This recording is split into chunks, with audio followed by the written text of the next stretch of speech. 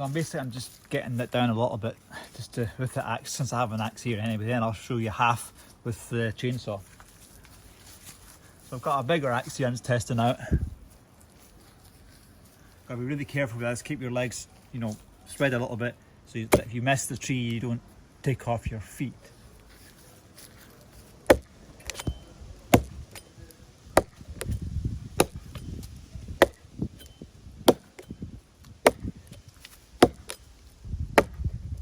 Actually, I prefer the smaller axe. Anyway, let's get what you've all been waiting for here, and let's try this chain. So basically, the sweet spot is that you saw this until you've got maybe about that much left, and then you finish it off with the actual hand saw.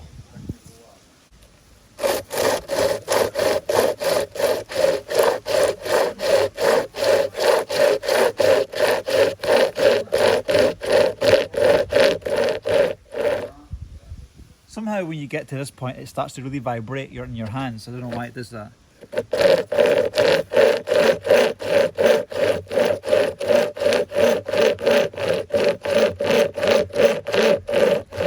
Now you can just snap it off with your hands, but you might end up damaging the chain. Or you can just basically finish it off with the handsaw, which is what I'll show you here.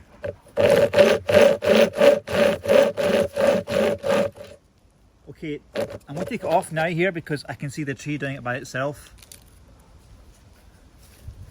Here we go.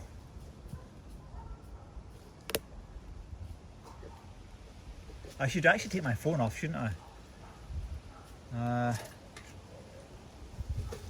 So here we go, here's how it's ended up. So basically I can just finish it off with this here.